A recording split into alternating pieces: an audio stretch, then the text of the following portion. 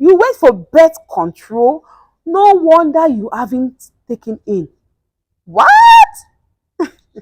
After 9 kids? Our parents did that. But we are no longer in the times of our parents. And we are not our parents. You are not his mother and he's not your father. You're welcome to today's Heart to Soul Talk. And today's conversation is 10 parenting questions you should ask before you get married. So I wrote them down here. So when you see me looking, I just know I'm trying to read the question. So the first thing you should ask is that, do you want children? Do you want children? I know this seems like a common question because there are current couples that now is trending that people are getting married for the sake of they don't want to have children. So ensure you ask your partner that, do you want to have children? And please take it a step further by asking that, how many children do you want? Listen to the numbers. If somebody is telling you, I want 8 children, I want 10 children, and you're fine by it, that's it. So if it's what you need to deliberate, whether you say, okay, I want 6 children, and you're saying, no, I want 3, then you guys can, before you get married, you can come to a conclusion at that point. That, okay, since you want 6, I want 3, let's make it 4, let's make it 3, something like that. Next question I have here is, if we can't have children, are you open to adoption? I know we'll say, God forbid, I know we all want to have kids, right? We all want to have kids. But you don't know what can happen when you're married. So you have to ask the question that, if we're married, are you open to adoption? And the fact that you even adopted a child doesn't still mean that you might not be able to still bet your own child. There are situations where people adopted, and after they adopted, that was when God opened the womb. So just ask it, are you open to adoption? Also ask, are you open to IVF? I know IVF is expensive, but I pray that we don't even have to get to that point of going through IVF. It's really expensive. But still ask, are you open to IVF? Artificial insemination and all those things. You're open to it, but hear them and listen to them. Next I have here is, how do you feel about hiring a babysitter or nanny? This might feel like a funny question, but ask. There are some men that, because especially our African men, they don't feel okay hiring a babysitter or a nanny. Even if you're about to die and you're consumed with work, they will still not, they will not help you, and they would also not help you get help. Oh God, what an, will I say is alliteration right now? Trust me, you will need it. And I don't know the kind of jobs you need help somewhere. You can't do everything, you can't wash, you can't cook, you can't do everything. Though our parents did that, but we are no longer in the times of our parents, and we are not our parents. You are not his mother, and he's not your father. So please do well to ask that question. Next question I have here is, do you want me to continue working when we have children? Good question. Especially for the females, make sure you ask this question. Because there are some that once you've bettered that child, you are no longer going to ever go back to your career again. It's all over. You started your your motherhood duty, and that's where it will end. So make sure you ask that. Would you want me to go back afterward?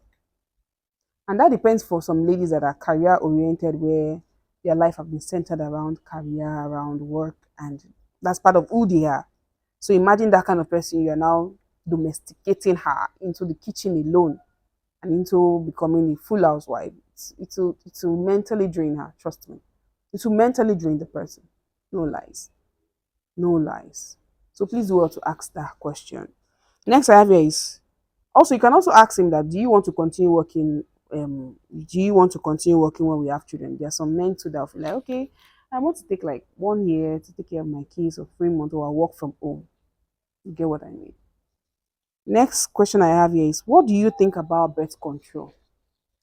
I don't think I can overflog this issue. Talk about birth control. I currently know of a couple that have like about, let's say, 9 kids. They should have had 9 kids, but I think they lost one. They have like 8 kids right now.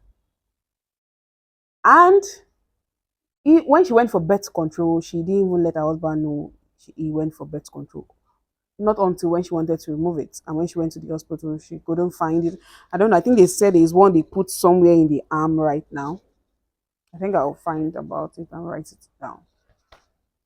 So she was so scared because she couldn't find it. So that was when her husband got to know. She had to tell her husband, "I see." I was like, "So you wait for birth control? No wonder you haven't taken in." What? After 9 kids?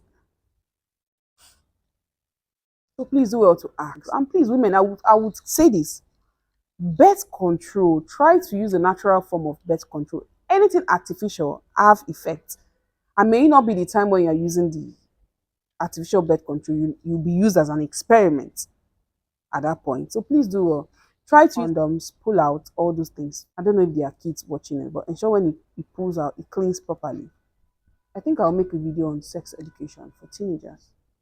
And I'll address everything to them. Next question I have here is, whose responsibility is it to raise the kids? It seems like a funny question, right? But ask the question, whose responsibility is it to raise the kid? Some men feel it's the woman's responsibility. They literally don't see their kids. They're out very early in the morning and they are back late at night. Where is the time to bond with your kids? If he's telling you are the only one, like it's a woman's job, really? The kids will both bettered. It's the woman's job. Just listen to him. When he's sounding that way, please clear him out on it. And if he's so rigid, if this is a good time to end the relationship, please do. But ensure you hear from him properly. I think it's best, it's both sides' responsibility. It's beautiful when you have both parents attending to a child. The entire love, the child grows up feeling loved. This overwhelming love that my parents love me. I see them, they love themselves, they love me intensely. I see my mom, I see my dad. Even if maybe the dad is long distance or the mom, ensure the communication line never dies. You can call in the morning, check up on your child at least every day regularly. Let them know they have a father figure, or let them know that they have a mother figure in their life. Next question I have is, how were you disciplined while growing up? You have to know this. Because most times people's experience that condition them to who they are. You are currently who you are right now because of your experiences, what you've seen, what you've learned, what you've unlearned, and it has conditioned you to become who you are. So you have to ask them, how were you disciplined? There are some people that nobody ever disciplined them. Anything they do is fine. Is that the way you want to raise your kids? There are some that when they are disciplined like slaves. Is that how you want him to raise your kids, or is that how you want her to raise your kids? So ensure you ask that question. They might feel like basic question, but please do well to discuss it. Last question I have is, what good and bad parental style did you see while growing up? Or did you see or did you learn while growing up? You have to know. Because there are good parenting styles and there are bad parenting styles. At least you let him know. You listen, you let him know or let her know, because this video is for both parties. And listen to them. Oh, this is a good parenting style that I feel like I learned and I would want to imbibe. And this is a bad one that I would never. So I hope you found this video helpful.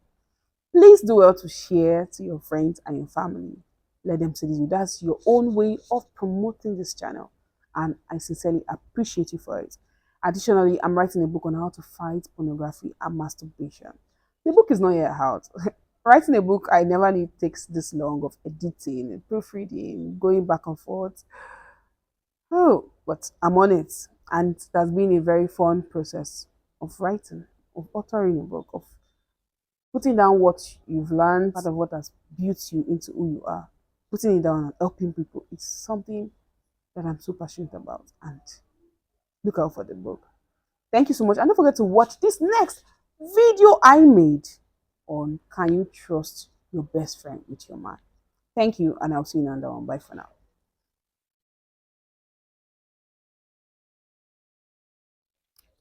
What's the next video? What's the next video? What's the next video?